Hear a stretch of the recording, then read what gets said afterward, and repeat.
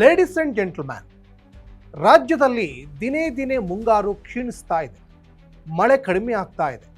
ಮಳೆಯ ತೀವ್ರತೆ ನಿರಂತರವಾಗಿ ಕುಸಿತಾ ಇರೋದು ಕೃಷಿ ವಲಯದಲ್ಲಿ ಗಂಭೀರ ಚರ್ಚೆಗೆ ಕಾರಣವಾಗಿದೆ. ರಾಜ್ಯದಲ್ಲಿ ಈ ಬಾರಿ ಮುಂಗಾರು ಮಳೆಯ ಪ್ರಮಾಣ ಕಡಿಮೆಯಾಗಿದೆ.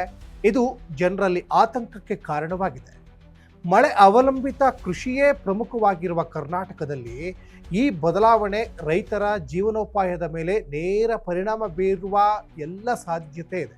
ಈ ಬಗ್ಗೆ ಹವಾಮಾನ ಇಲಾಖೆ ಕೂಡ ಮುಂಗಾರು ಕ್ಷೀಣಿಸ್ತಾ ಇರೋದಕ್ಕೆ ಕಾರಣ ಬಿಚ್ಚಿಟ್ಟಿದೆ. ಎಸ್ ವೀಕ್ಷಕರೇ, ನೆಲ ಜಲ ಭಾಷೆಗಾಗಿ ಪ್ರಾಮಾಣಿಕ ಪತ್ರಿಕೋದ್ಯಮ. ನೀವು ನೋಡ್ತಾ ಇದ್ದೀರಾ ಫೋಕಸ್ ಟಿವಿ. ನಾನು ಸಚಿನ್ ಹೆಮ್ಮಕ್ಕಿ.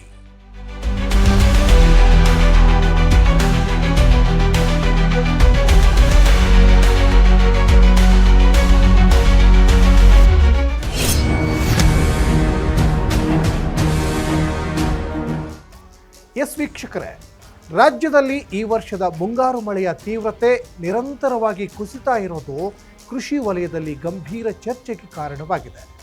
ಈ ಬಾರಿ ಎಲ್ ನೀನೋ ಪರಿಣಾಮ ಹೆಚ್ಚು ಕಂಡು ಬಂದಿರೋದ್ರಿಂದ ಮುಂಗಾರು ಕ್ಷೀಣಿಸ್ತಾ ಇರೋದಕ್ಕೆ ಮುಖ್ಯ ಕಾರಣ ಅಂತ ಹೇಳಿದ್ದಾರೆ.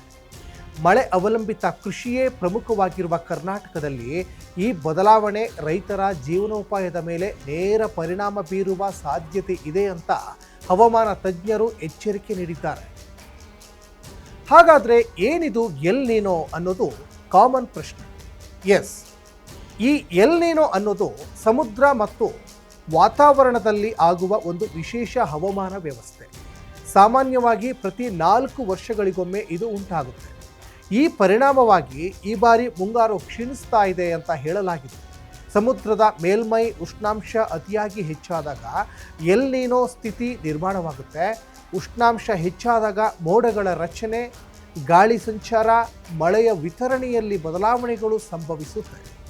ಅದರ ಪರಿಣಾಮವಾಗಿ ನಮ್ಮ ರಾಜ್ಯದ ಮೇಲೆ ಬೀಳಬೇಕಾದ ಮುಂಗಾರು ಮಳೆ ಕಡಿಮೆಯಾಗುತ್ತೆ.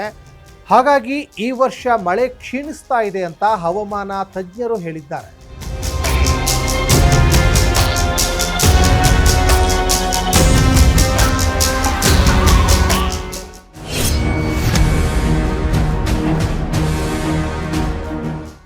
ಈ ವರ್ಷ ಮುಂಗಾರು ಮಳೆ 8% 10% ಕಡಿಮೆಯಾಗುವ ಸಾಧ್ಯತೆ ಇದೆ ಅನ್ನುವ ಅಂದಾಜಿದೆ. ಅಂಕಿ ಅಂಶದ ದೃಷ್ಟಿಯಿಂದ ಇದು ದೊಡ್ಡ ವ್ಯತ್ಯಾಸ ಅಲ್ಲದಂತೆ ಕಂಡರೂ ಕೃಷಿ ಆಧಾರಿತ ರಾಜ್ಯದಲ್ಲಿ ಇದರ ಪರಿಣಾಮ ವ್ಯಾಪಕವಾಗಿದೆ.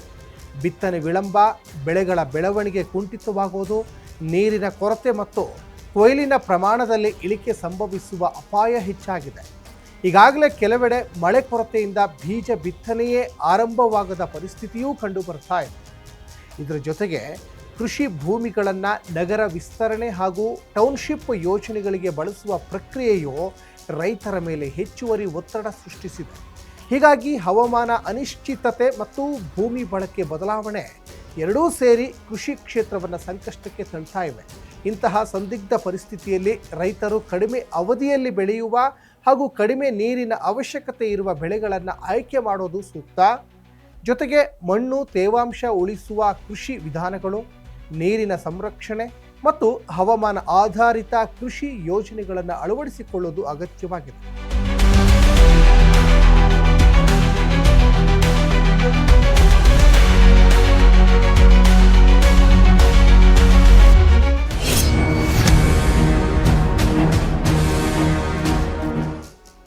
ಒಟ್ಟಾರೆ ಈ ವರ್ಷದ ಮುಂಗಾರು ಕ್ಷೀಣಿಕೆ ಕೇವಲ ತಾತ್ಕಾಲಿಕ ಸಮಸ್ಯೆ ಅಲ್ಲ, ಬದಲಾಗಿ ಹವಾಮಾನ ಬದಲಾವಣೆಯ ದೀರ್ಘಕಾಲೀನ ಪರಿಣಾಮಗಳ ಸೂಚನೆಯಾಗಿದೆ.